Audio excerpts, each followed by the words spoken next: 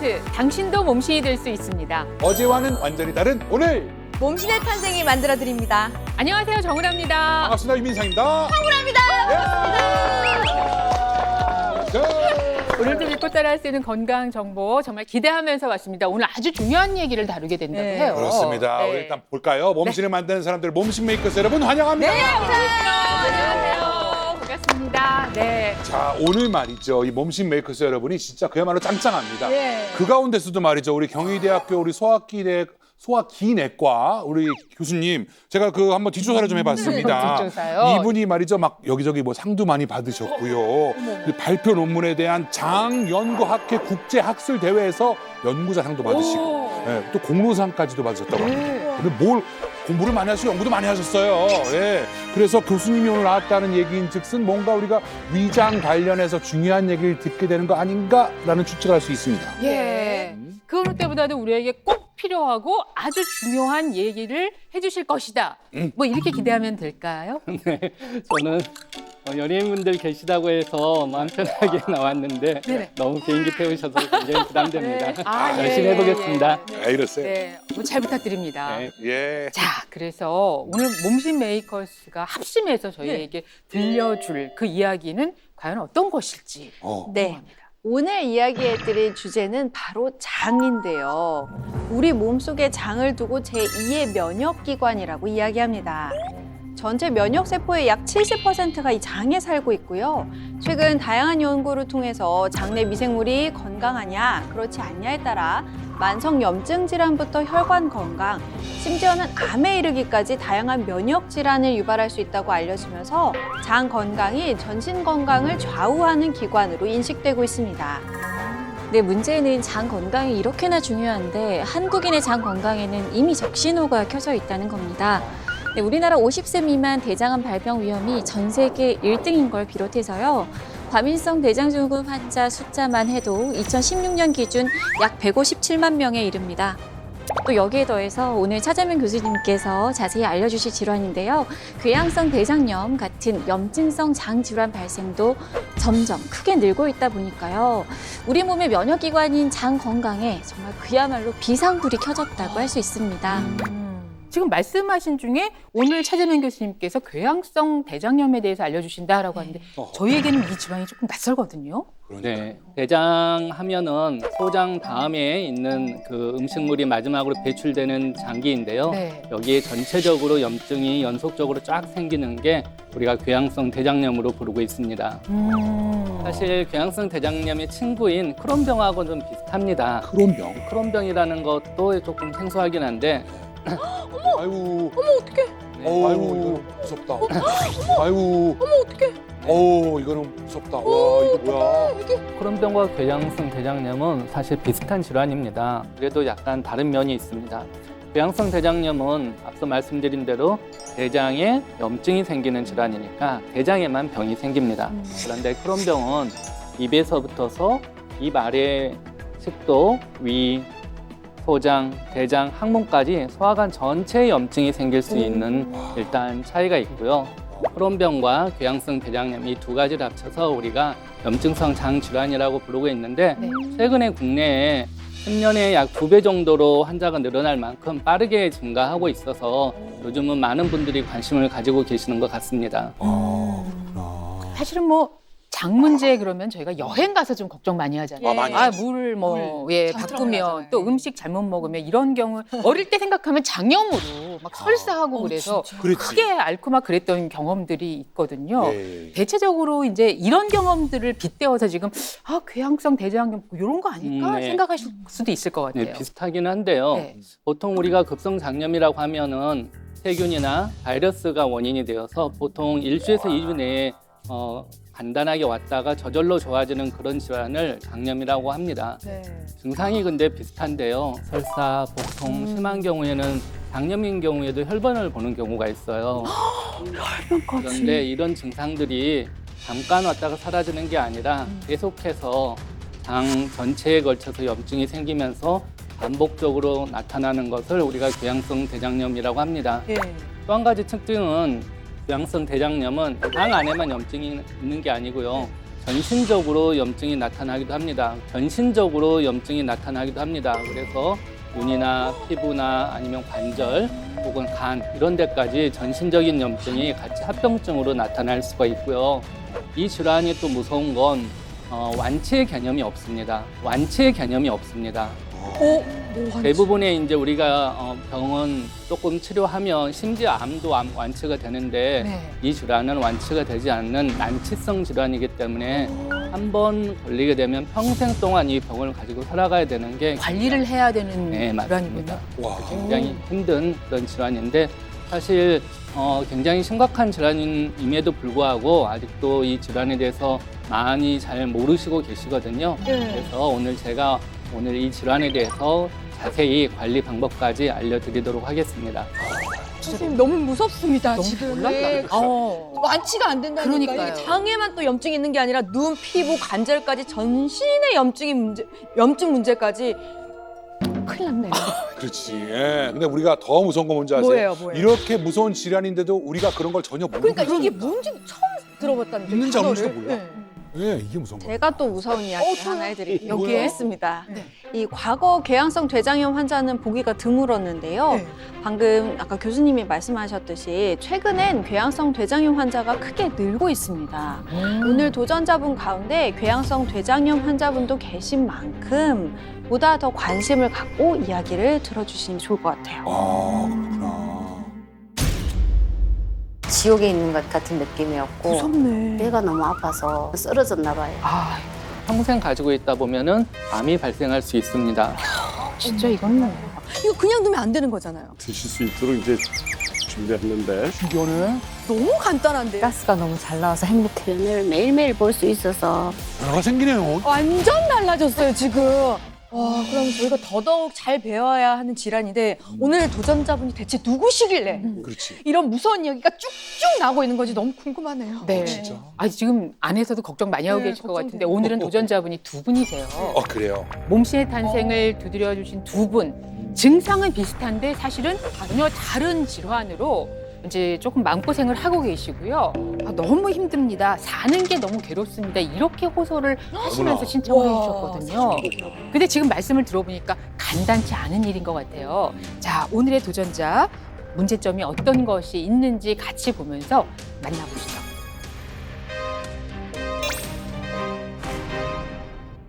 안녕하세요. 저는 56세 개양성 대장염 아, 5년차 이분이시구나. 손미옥입니다. 알고 계시구나. 5년 전에 오징어랑 뭐 이것저것 회를 먹고서는 네. 설사를 일주일 좀 넘게. 한 일주일 넘게 했었는데 2주가 지나니까 혈변도 나오더라고요. 어머머. 복통도 더 많이 심해지고 그때 가서 개양성 대장염 진단을 받고 약을 먹기 시작했죠. 한 번에 그러실 수도 있나요? 그렇게 되는 거야? 그러다가 이제 제 생일날 게장 많이 먹지도 않고 딱 한 젓가락 먹었거든요.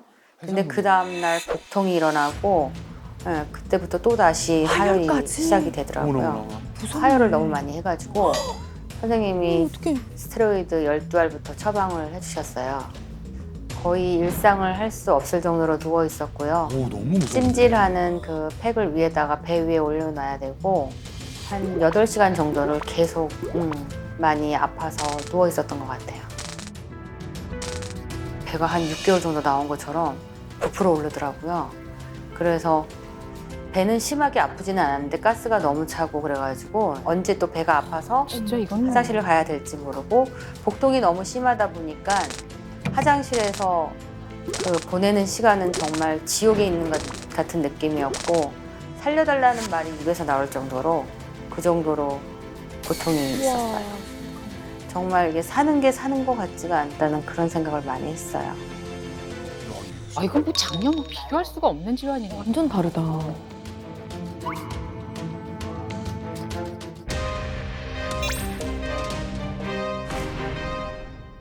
안녕하세요. 저는 52세의 김나은이라고 합니다.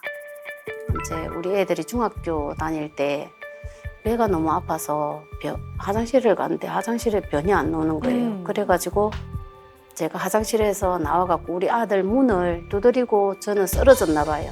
그때 우리 아들이 저를 응급실 싣고 갔는데 병원에서 초음파 1위 검사하니까 배 안에가 가스가 많이 차가지고 하얗게 구름처럼 진짜 빵빵하게 들어있더라고요. 증상은 비슷하시죠? 화장실에 가고 싶어서 가면 변은 안 나오고 이제 힘을 조금 주고 이러면 식은땀이 나면서 그냥 순식간에 별이 이렇게 탁 보이는 것처럼 현기증이 나면서 항상 그때는 항상 쓰러지는 것 같아요. 쓰러졌다가 한 쓰러지는 거 위험한데. 10분, 20분 정도 깨어나면 또 정상적으로 생활을 해요. 과민성 대장 증후군인데 이렇게까지 힘드신 경우가 있나요? 아, 똑같이 가스가 차는 게 그러네요. 공통점이네요.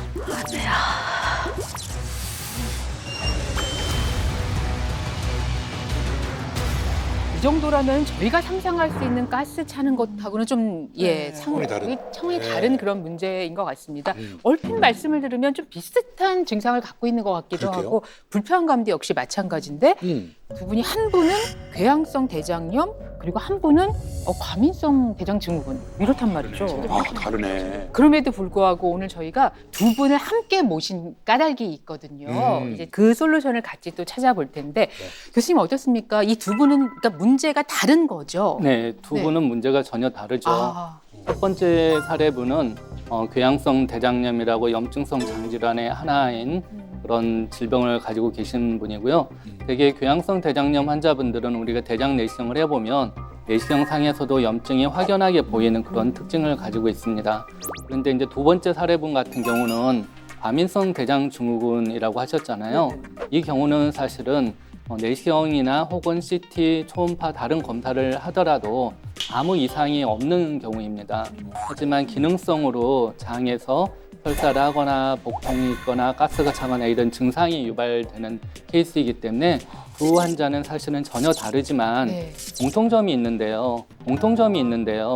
궤양성 대장염이나 과민성 장증후군이나 모두 장내 환경을 개선해서 장 건강을 건강하게 복구시켜야지 치료가 되는 건 똑같거든요. 네. 아, 그리고 이때 몇 가지 우리가 생활 습관을 잘 개선을 하면 일상 생활의 어떤 작은 변화만 가지고도 증상을 크게 개선시킬 수 있기 때문에 정말요? 아마 이런 프로젝트를 기획하신 것 같습니다. 두 가지 질환이 다른데 프로젝트가 똑같다. 처방이 같다. 맞습니다. 아하. 네. 두 분이 갖고 계신 그 질환들에 대해서 우리가 잘 몰랐거나 아니면 과민성 대장 증후군에 대해서 너무 설 알고 있었다는 생각이 드는데 맞아요. 이 질환들 하나하나 좀 짚어볼게요. 먼저 요즘 이렇게 늘어나고 있다는 궤양성 대장염 이게 어떤 질환인지 지금부터 차근차근 좀 알려주시죠. 네. 내시경 사진을 보면 조금 더 이해가 쉬울 네. 것 같아서요. 내시경 사진을 좀 보여드리겠습니다. 어이구야. 내시경 사진만 봐도 많이 아파 보이시죠? 오른쪽으로 갈수록 안 좋은 건 네, 거죠. 왼쪽 편이죠. 거기는 정상인 환자분이고요. 하네요. 오른쪽은 궤양성 대장염 환자분의 사진입니다. 훨씬 더 장이 부어있고 궤양도 혈관도 있고 보이고, 네, 궤양도 피도 좀 나고 있습니다. 네.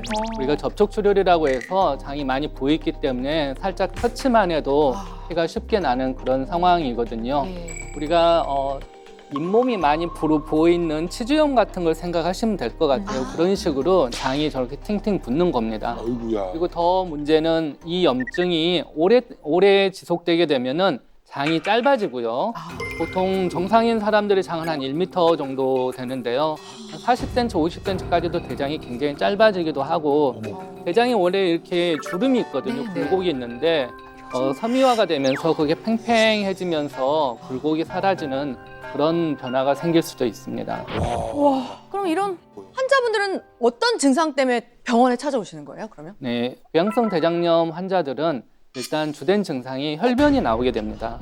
그래서 피가 나오니까 놀라서 병원에 조금 더 일찍 찾아오는 경향이 있는데 사실 혈변이 나오면 많은 사람들이 치질에서 피 나는 거 아니야? 네, 그런 생각들을 많이 하기 때문에 피가 나오는데도 불구하고 병원에 꽤 늦게 찾아오는 분들도 있습니다. 그래서 보통 증상이 생기고 발병을 하고 나서 2, 3년이 지나서야 병원에 와서 진단되는 환자들이 꽤 많은데요. 보통 궤양성 대장염의 주된 증상은 혈변이지만 그 외에도 점액변이 나온다거나 배가 아프다거나 체중이 좀 빠진다거나 아니면 잦은 설사를 한다거나 이런 증상을 많이 호소를 하고 있습니다. 그럼에도 불구하고 저희가 이제 과민성 뭐 대장 증후군이라든지 또 급성 장염에 걸렸을 때도 설사가 나온다거나 뭐 이런 경우가 생기고. 맞아요.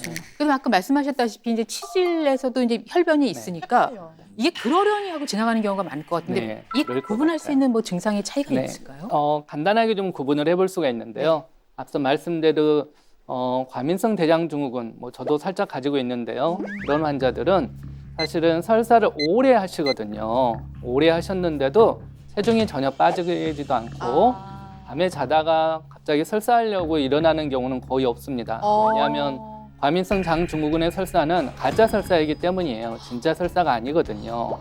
그래서 보통 우리가 설사라고 하면 이 장염 걸렸을 때를 연상해 보시면 되는데 1주나 2주만 설사를 해도요. 몸에서 1, 2kg가 빠지고 탈수, 전해질 이상 이런 변화가 생기는데 과민성 대장 증후군 환자들은 그런 변화가 전혀 생기지 않습니다. 따라서 약간 구분이 되는 면이 있고요. 출혈도 약간 다른데요. 보통 우리가 코피를 흘리게 되면 새빨간 피가 뚝 하고 떨어지죠. 그건 금방 피가 나서 아직 굳기 전에 떨어지기 때문에 그런 건데요.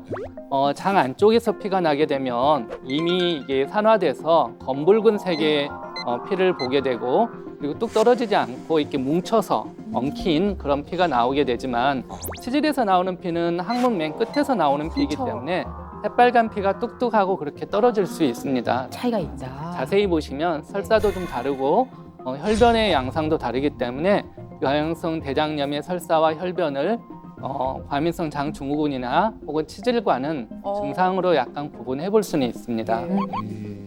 저렇게까지 얼어 있으면 뭐 사실 일상생활 힘들겠네. 이거 봐도 그냥 그러니까요. 네, 안타까운 사례를 하나 좀 공유해드리면 제 환자는 한 명 고등학생이었는데요. 고양성 대장염이 아까 사진에 보이시는 것만큼 그렇게 아주 심했어요. 그래서 이 친구는 수시로 화장실에 가야 되니까 학교를 다닐 수가 없는 거예요. 그래서 휴학계를 내고 치료를 했었고 증상이 얼마나 심하냐면 집에서 하루 종일 몸빼를 입고 아시죠? 고무줄로 네, 입고 빨리 벗을 수 네, 있는. 맞아요. 화장실 가서 빨리 내리지 않으면 그 순간에 실수할 수 있으니까 한 1년 넘게 몸빼를 입고 이렇게 생활했을 정도로 아주 심한 그런 사례도 있습니다. 궤양성 대장염은 장 안에만 염증이 생긴다고 했었잖아요. 근데 또 앞에서 궤양성 대장염이 증상이 장 안에 말고 또 전신으로 다 염증이 나타날 수 있다 했는데 이건 뭐 또 다른 얘기인 건가요? 네.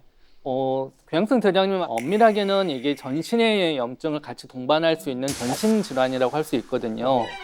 사진 잠깐 보면서 설명을 드리겠습니다. 전신에 보면 지금 눈에도 있고요.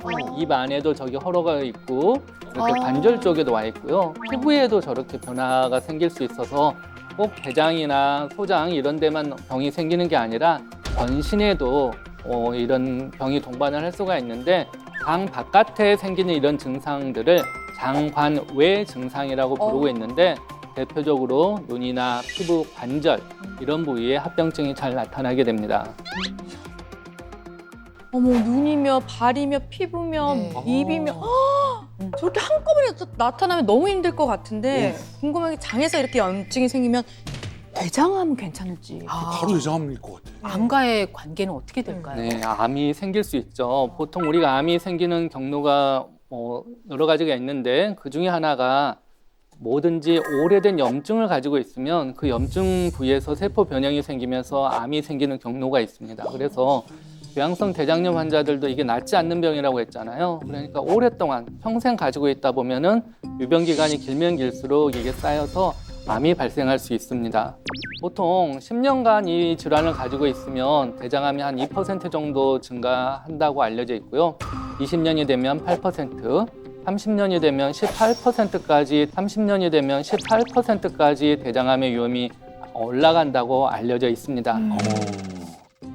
그런데 이렇게 안 좋은 게 장에 염증이 도대체 이게 왜 생기는 겁니까 도대체 이거? 일단은 기본적으로 뭔가 유전적인 소인을 가지고 있는 분들한테 어떤 장염이나 아니면 장내 미생물이나 세균 같은 어떤 면역을 자극할 수 있는 그런 면역 과잉 상태가 초래되었을 때 면역 밸런스가 깨지면서 면역 과잉이 내 장의 점막을 공격하는 그런 상황이 되면서 생긴다고 알려져 있습니다. 또 하나는 이 질환은 과거에 미국이나 유럽 같은 서양 사람들한테 많았는데 아시아 지역에서 점차 서구화가 되면서 이 질환이 빠르게 늘어나고 있습니다. 아마도 서구화된 식습관과 관련된 환경적인 요인이 중요한 기전으로 작용하고 있지 않나라고 생각을 하고 있고요.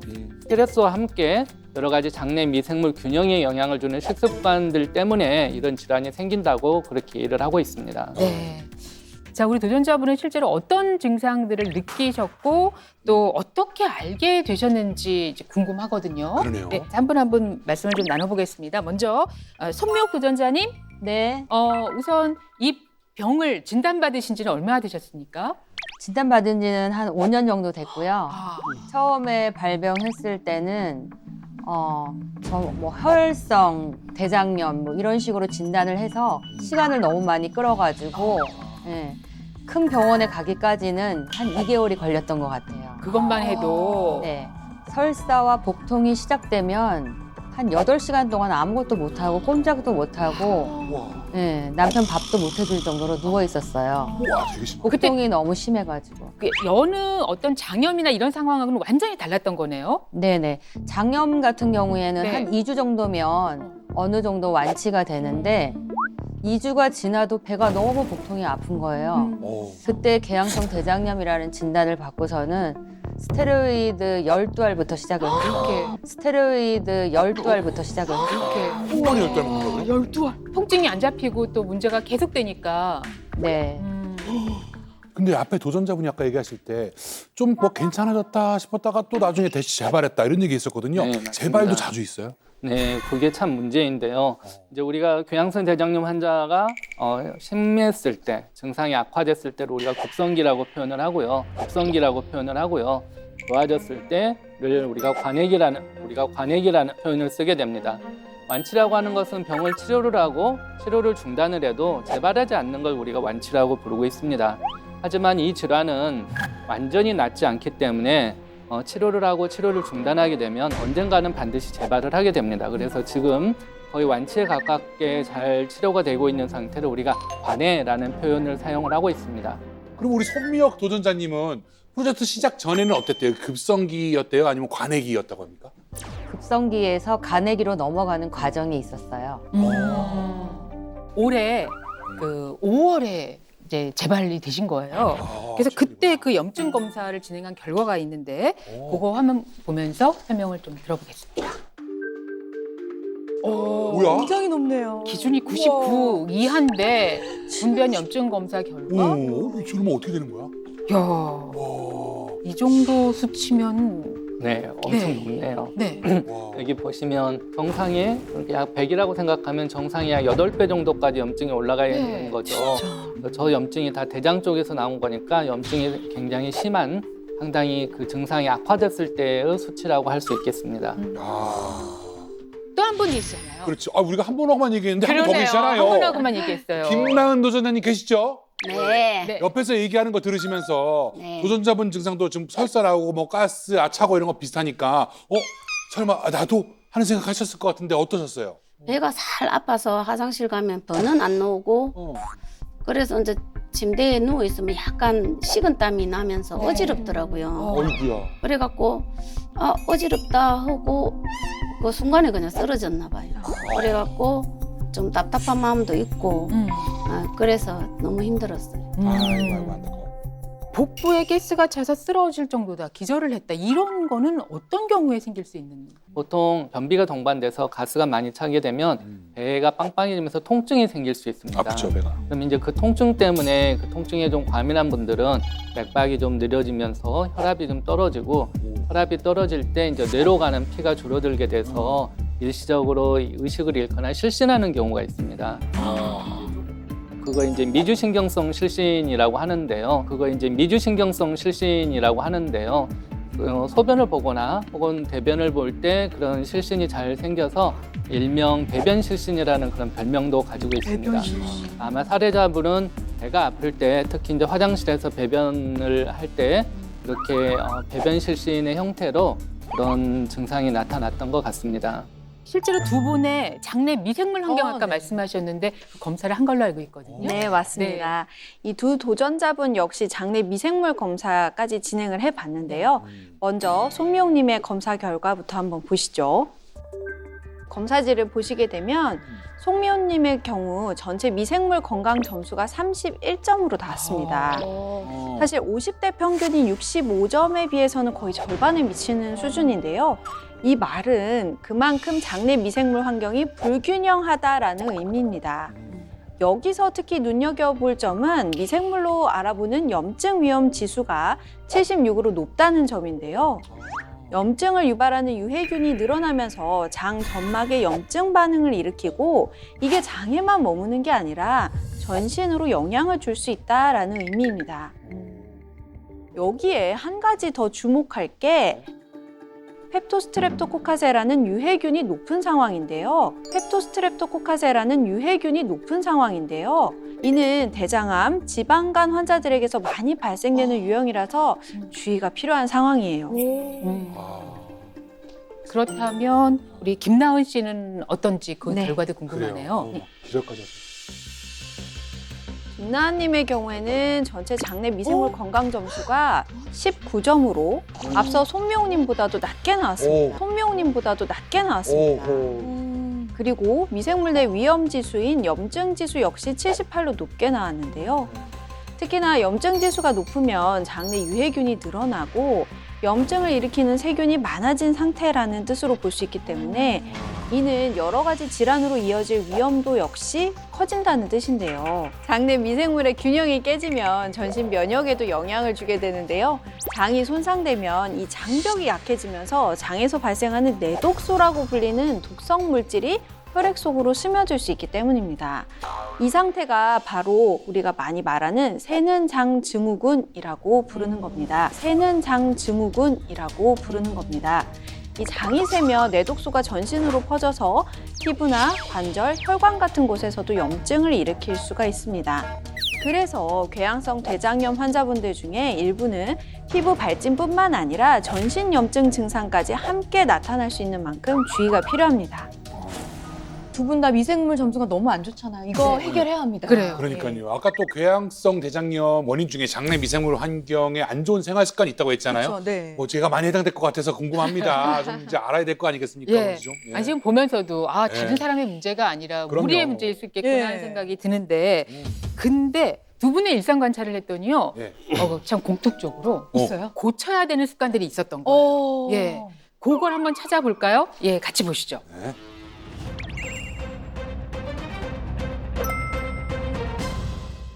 과일이 또 열리나 보다. 오, 좋네요.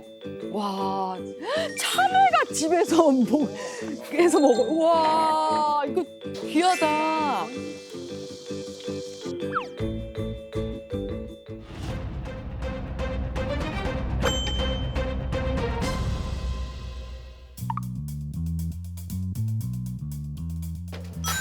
과일 사시고 과일은 좀 아니, 이거 페인트야.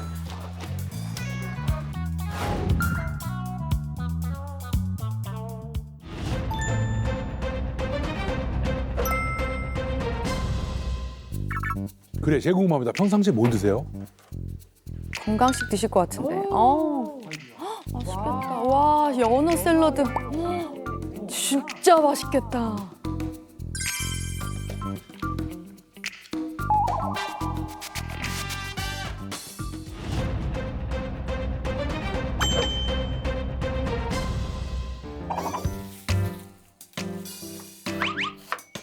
양배추도 장에 좋다고 네. 많이들 챙겨 드시죠?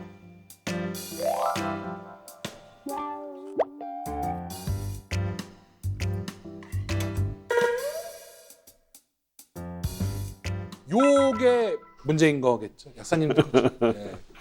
네, 이제 바로 두 분의 공통적으로 이제 자주 먹는 당분이 많은 과일, 그다음에 건강에 좋다고 챙겨 드신 채소류 가운데 일부가 가스를 많이 유발하는 이런 것들이 있어서 주의가 필요해 보였습니다. 설마. 그러니까 똑같은 채소여도 어떤 거는 약이 되고 어떤 거는 오히려 장의 입장에서는 독이 되는 채소들이 있습니다.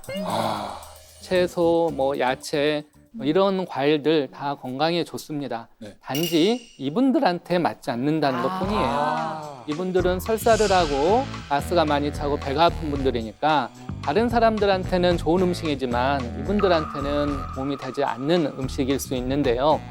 그런 음식들을 우리가 이제 포드맵이라는 음식이라고 설명을 하고 있습니다. 포드맵이라는 음식이라고 설명을 하고 있습니다. 포드맵이 어떤 건지 잠깐 사진을 보면서 좀 설명을 드려보겠습니다.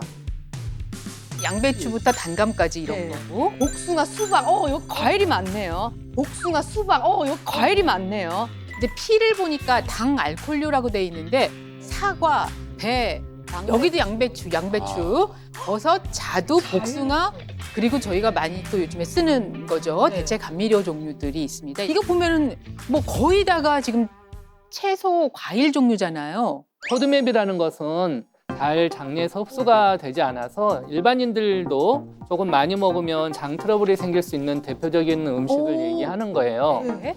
포드맵은 사실 영어가 좀 생소하실 텐데 영어의 머리 글자를 따서 만들어진 단어입니다. 발효가 잘 되는 음식인 F, 그리고 올리고당의 O, 그다음에 이당류의 D, 그다음에 단당류의 M, 그리고 AND의 A, 그리고 당 알코올류인 폴리올의 P, 이걸 합쳐서 포드맵이라는 그런 단어를 만들었는데요. 이런 음식들이 오래 소장에 머무르게 되면은 삼투압에 의해서 수분을 장내로 끌어들이게 됩니다. 그래서 대변이 물러지거나 설사변을 보게 되고요. 이 세균이 장내 미생물이 이를 발효하면서 가스가 많이 만들어지니까 또 가스에 의해서 장이 팽창하게 되고 아프게 되는 증상이 나타나는데요. 실제로 이렇게 팽창을 하네요. 그래서 네. 배가 부르게 되는군요. 네, 맞습니다. 그럴 수 있습니다. 그래서 앞서 사례자분들 두 분 다 비슷하게 이런 포드맵 음식이 많은 것을 많이 드시는 걸 찾을 수가 있었어요. 그게 공통점이었던 것 같고 아마 이런 것 때문에 평소에 배가 아프고 잦은 배탈이 났던 것 같아서 이런 것을 좀 대체할 수 있는 다른 음식으로 먹어보면 이런 증상을 좀 탈피할 수 있을 것 같습니다. 네. 바로 이 음식 얘기가 한영선 약사께서 아까부터 하고 싶었던 말씀이시죠? 예. 네, 맞습니다. 네. 김나은님의 경우에도 마트에서 이제 구매를 하셨는데 복숭아를 대표적으로 이제 가서 고르셨죠. 제일 먼저. 이게 가스 유발하는 아주 대표적인 과일이고요. 참외는 상대적으로 저 포드맵에 이제 해당은 되죠. 근데 이거 역시 많이 드시게 되면 안 되는데 이 참외가 우선 당도 높지만 성질이 굉장히 차가운 성질을 갖고 있어서요. 오히려 장내 환경을 굉장히 이렇게 무너뜨릴 수 있습니다. 채소류 중에서도 장 건강에 좋다고 이제 이렇게 양배추를 선택하셨는데 이것 또한 이제 문제가 됐죠. 그리고 버섯도 이제 많은 양을 먹을 경우에 이 가스 복부팽만 설사를 유발할 수 있는 이런 가능성이 있죠. 그래서 이것 역시 포드맵 식품으로 이런 것은 이제 양배추는 양상추로 바꾸는 것이 어떨까 이렇게 한번 추천해 드립니다. 양배추를 양상추로 바꿨다. 4주간의 장 면역 회복 프로젝트 솔루션 함께합니다.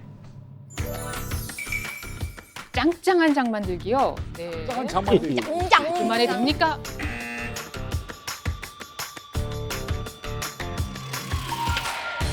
연근 나올 줄 알았어요. 연근 나왔습니다. 저거 이거 튀겨 먹으면 안 되겠죠? 아우, 연근에 맛있게. 연근 두부로. 오, 연근 소스죠? 맛있겠다. 괜찮아 보이는데? 네. 뭐 다 맛있어 보이는데요? 저게 뭐 무화과도 있고. 동네 걷기 좋은 곳에 또 사시니까. 여름에 필수죠, 저게. 꼭 써야 됩니다. 빨리 걸어야 됩니다. 리듬전 시작하셨구나. 또 뭔가. 두 알. 알이면 꾸준히 복용하셨고.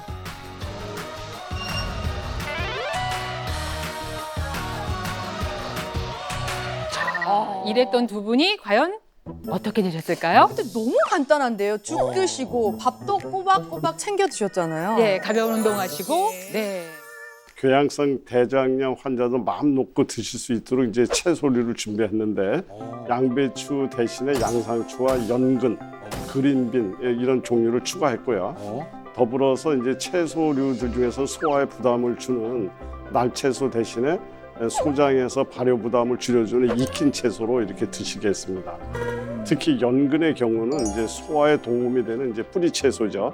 그리고 여기에 더해서 장 건강에 도움되는 시크릿 솔루션을 함께했습니다. 네. 저것만으로 정말 장이 좋아졌는지 궁금합니다. 네.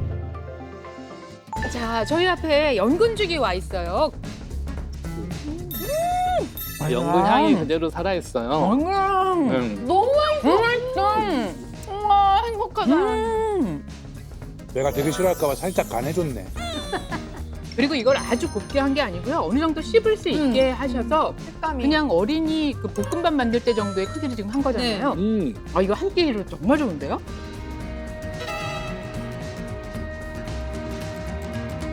이제 모셔서 말씀을 나눠보고 그 변화도 확인해 보도록 하겠습니다.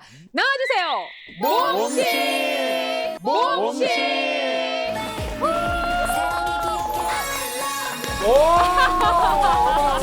어머, 자매 같으세요. 와! 어머, 이분들 몇 살이야?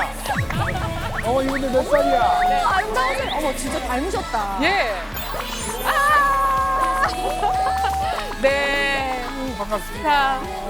자, 인사 다시 한번 부탁드립니다. 전 대양성 대장염 5년차 손미옥입니다. 아유, 잘 나오셨습니다. 네. 이거? 저는 김나은이라고 합니다. 아이고, 네, 반갑습니다. 프로젝트를 하고 나서 가장 달라진 게 있다면 무엇일까요? 가스가 너무 잘 나와서 행복해요. 아, 여기 뭐 힘들게 하는 게 아니라 잘 나온다. 네.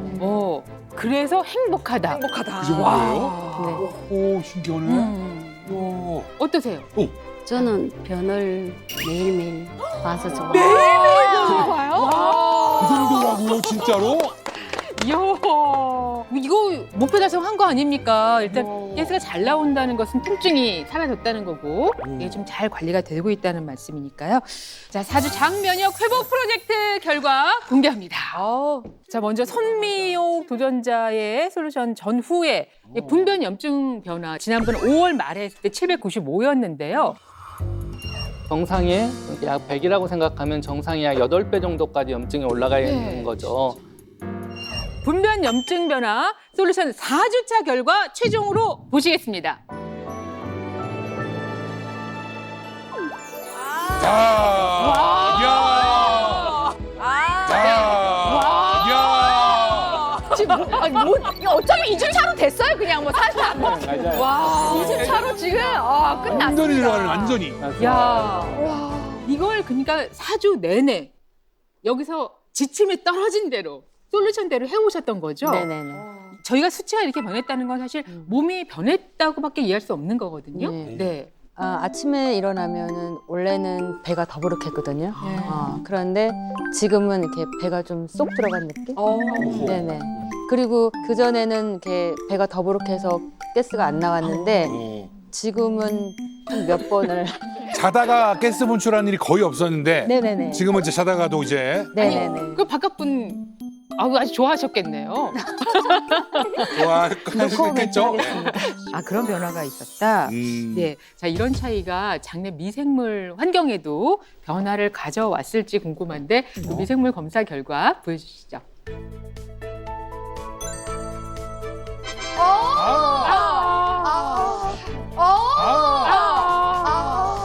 변화가 생기네요. 이게 되네.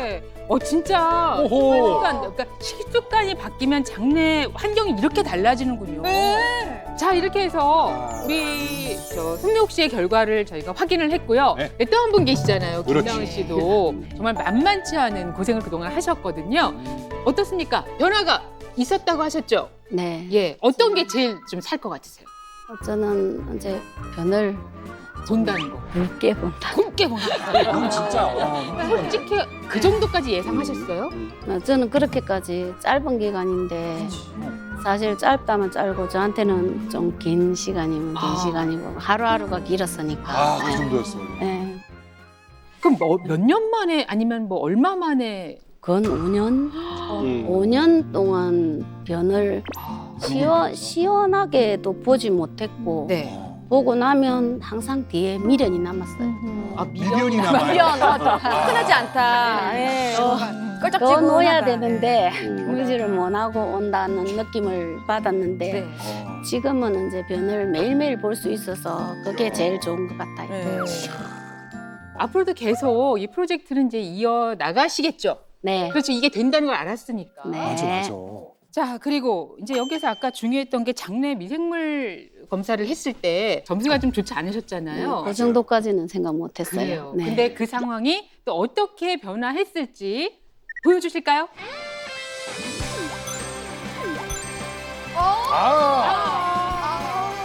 뭐가 생기네요. 뭔게 되네.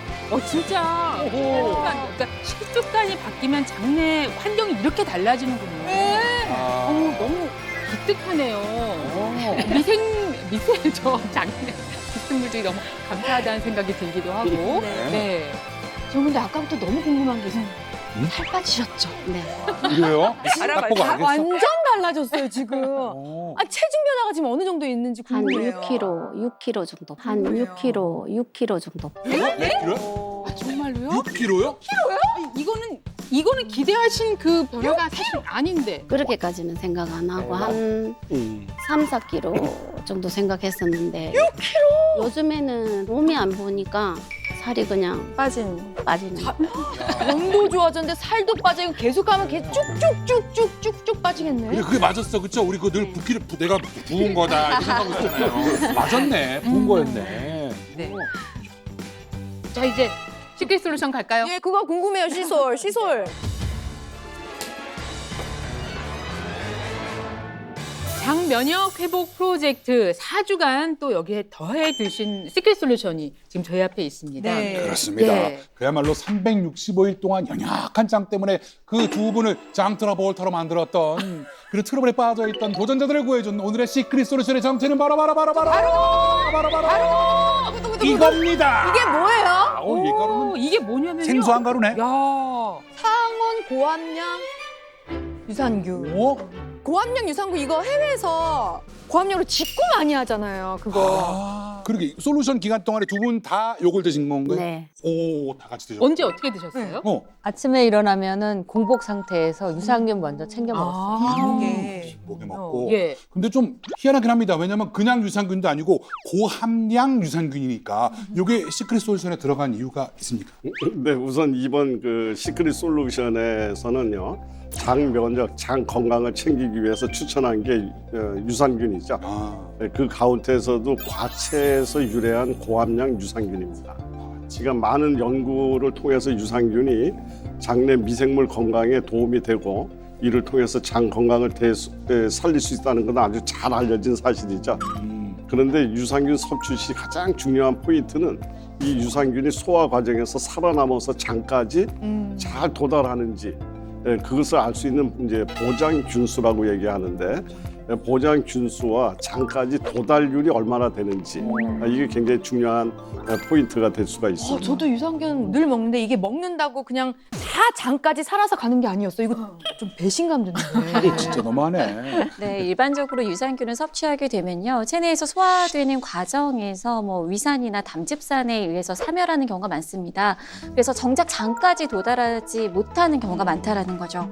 실제 한 연구에서는요. 유산균을 섭취했을 때 이 유산균이 소장에 도착할 생존율이 10분의 1에서 10,000분의 1까지도 감소될 수 있다 이렇게 확인됐습니다. 이게 무슨 얘기냐면요. 예를 들어 균수가 1만 마리인 유산균을 섭취했다면 기껏 먹은 게 소장에서는 이미 하나도 남아있지 않을 수 있다. 이 뜻이 됩니다. 때문에 보장균수가 굉장히 중요합니다. 여기서 보장균수라는 건 유산균 섭취 시까지 살아있는 균수를 말합니다. 이 보장균수가 많으면 그만큼 장까지 살아서 도달하는 유산균의 수가 증가해 장환경 개선에 도움을 줄 수 있는 건데요.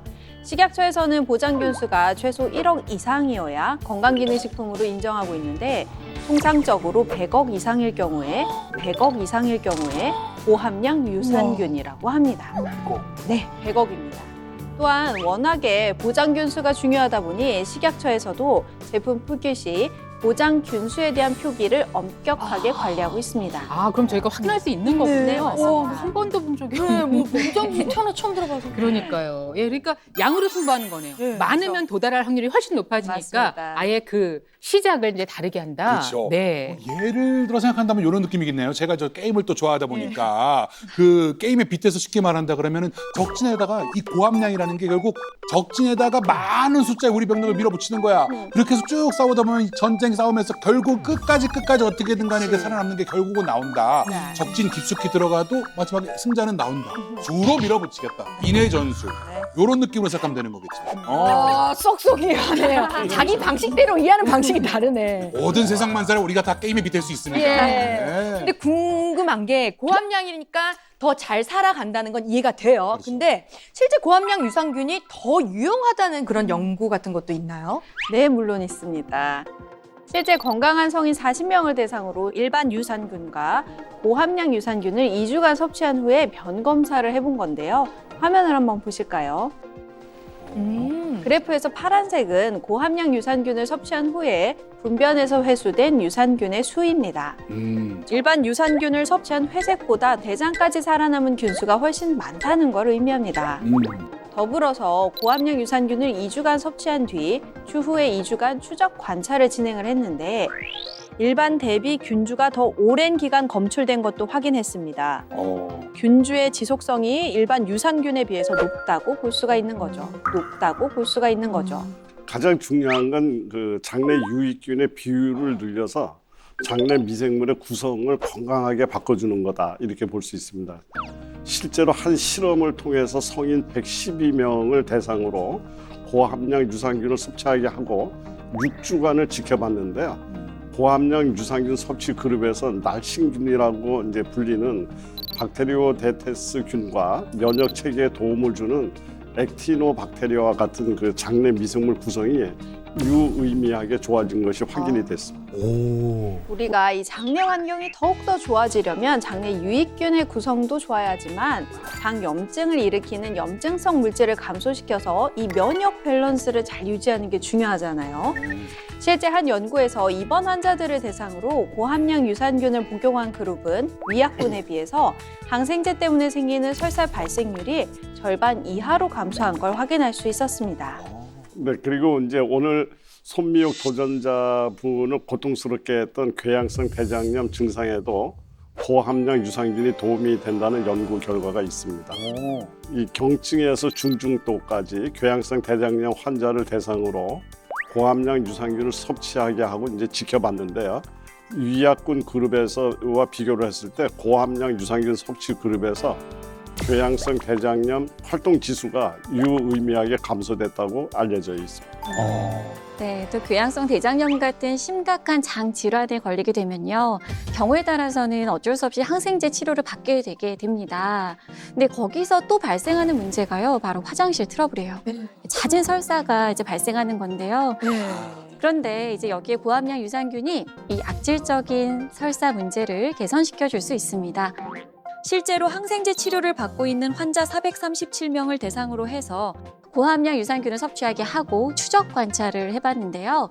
관찰 결과 고함량 유산균을 섭취하지 않은 그룹은 평균 설사를 1.191, 고함량 유산균을 섭취한 그룹은 0.671이었다고 합니다. 와, 거의 절반으로 줄어들었네요. 그러게. 근데 아까 한 선생님께서 제가 오늘 또 처음 듣는 얘기를 하셨거든요. 과체 유래 유산균이라고 했는데 이 과체 유래 유산균은 다른 유산균이랑 뭐가 다를까요? 네, 이 과체 유래 유산균은 과일이나 채소 같은 그 식물성 원료에서 유래한 식물성 유산균을 말하는데요. 사실은 식물 유산균은 동물 유산균에 비해서 유액이나 담즙에서 살아남는 아주 그 생명력이 아주 강한 걸로 이렇게 알려져 있습니다.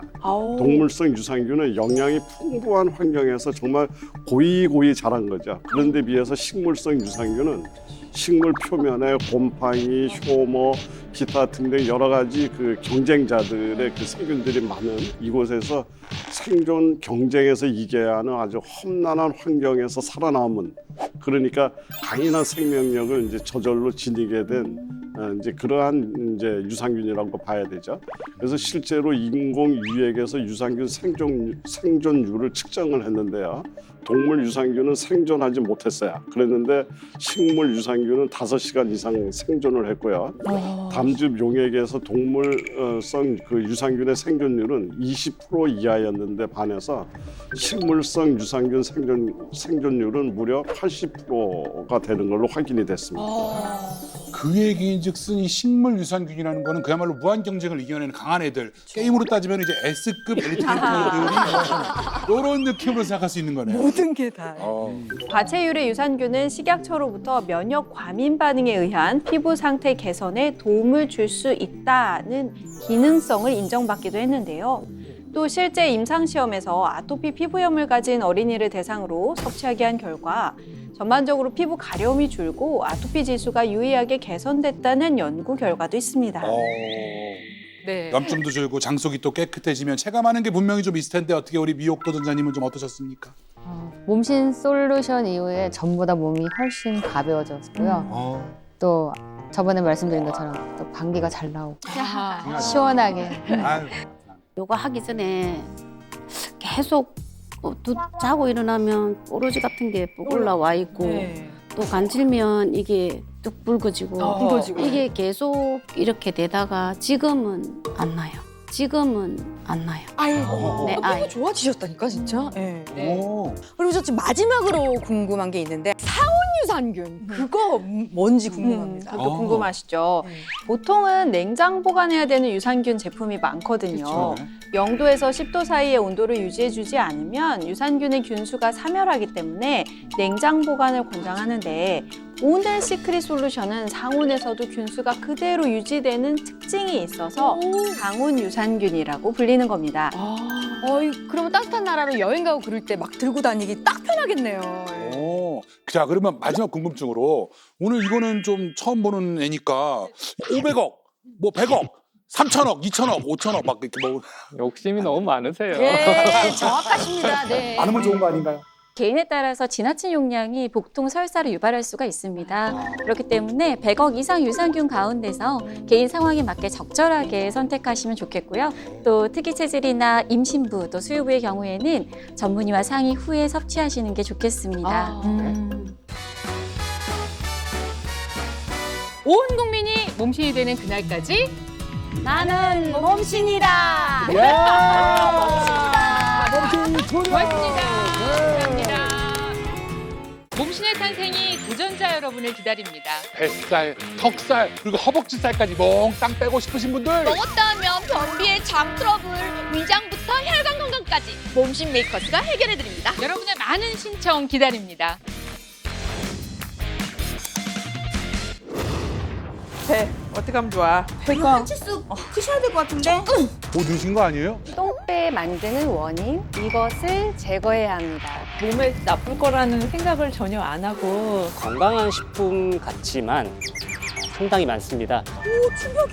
건강해 보이는데? 똥배 만드는 원인, 이것을 제거하면요. 이 죽어도 안 빠지는 아랫배가 쏙 하고 빠질 수가 있습니다. 못 끝나오겠는데? 와 너무 많이 빠지셨는데 이거. 온 국민의 똥배가 다 사라지는 거 아니겠습니까? Channel A